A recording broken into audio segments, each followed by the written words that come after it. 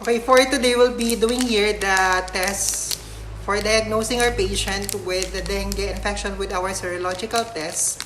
So we have here the dengue screen combo. So this is a test kit that can identify the patients for antigen, which is the NS1, and we have also here the antibody that is being produced if the patient has been infected or was being infected by our dengue. So this still utilize the principle of the immunochromatographic technique. Okay, so our test kit is basically again used here for testing of the NS1 antigen. So this area here would try to detect if the patient positive for the dengue NS1. On the other side, we have here for the antibody detection. So we have here, for our antigen, we have here the test area. We have also here the control area. Since this test try to detect the dengue NS1 antigen, so what is being incorporated here with the test area would be the anti-dengue antibody. And we have here anti-IgG antibody for the control area. Then you have also a colloid conjugate also that is also present, impregnated in our test membrane that try to react if your sample were able to produce here an antigen containing the antigen, able to produce an immune complex, and that will be responsible for the production of the colored band. For our test area for our antibody detection, so this is the test area for our antibody detection. So we have here for detection of your IgM antibody, IgG antibody, and we have also here the control area. Okay, so this test for antibody would try to detect here those antibodies, IgM antibody for an recent acute infection, and IgG antibody for the past infection.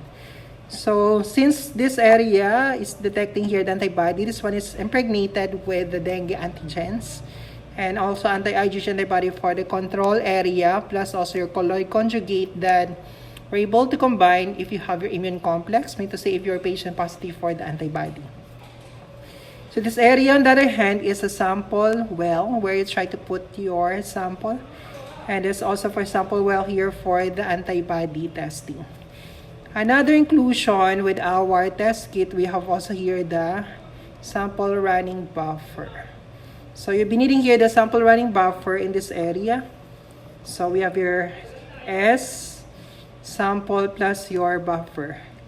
Okay, this test you can use either serum or even your plasma as your specimen.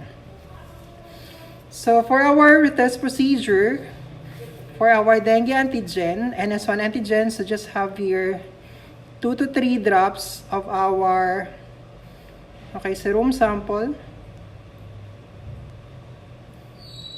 And for our antibody, we have here only dropping here 1 drop.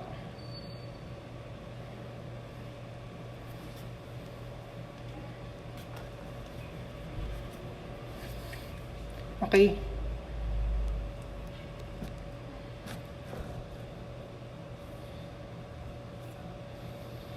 Okay. However, for our antibody area, you need to drop here your running buffer.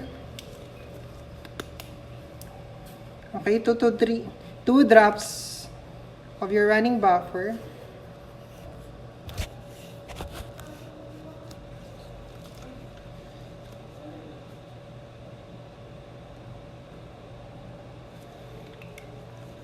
Okay, then reading time should eventually be within not beyond 20 minutes.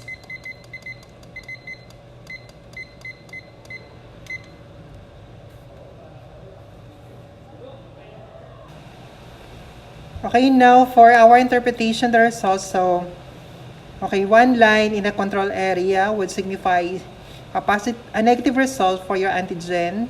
2 lines, 2 color band, both in the test area and control area for your NS1 antigen signify a positive result. For our antibody, so again, 1 line control area signify a negative result. Okay, line here with your IgM would identify your IgM antibody, And then one line also here for the IgG also signify your positive for the IgG antibody. And also have here also the control line should also be positive in order for that to be considered as valid. So this is our result for our sample.